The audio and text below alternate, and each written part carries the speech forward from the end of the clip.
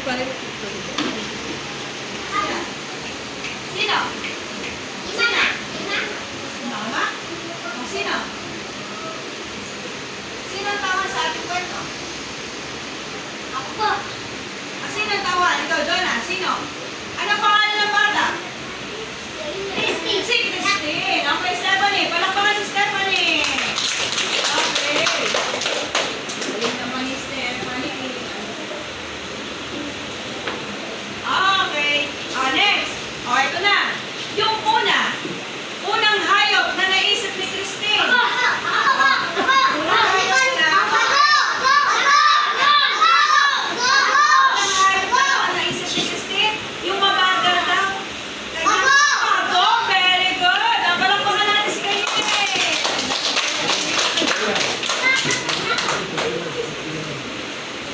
Ayun, okay. Teka. Yung pangalawa naman. Elefante, ang galing naman. Kuha ka ng plani mo. Okay, at ang pangatlo? Sino? Si Aki? Okay, ako ka.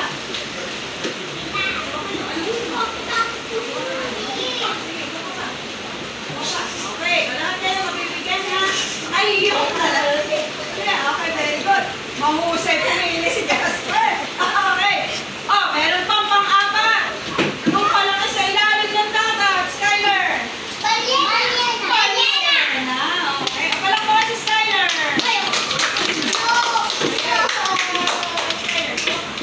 Sige, ako ka na. Ano sa akin yan?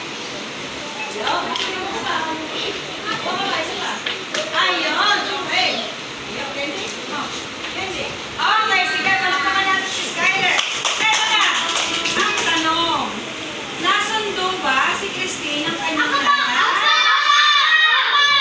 Lar. Opo, nasundo siya ng kanyang nanay. At dahil lahat kayo ay nakinig, palakpakan niyo yung mga sarili niyo.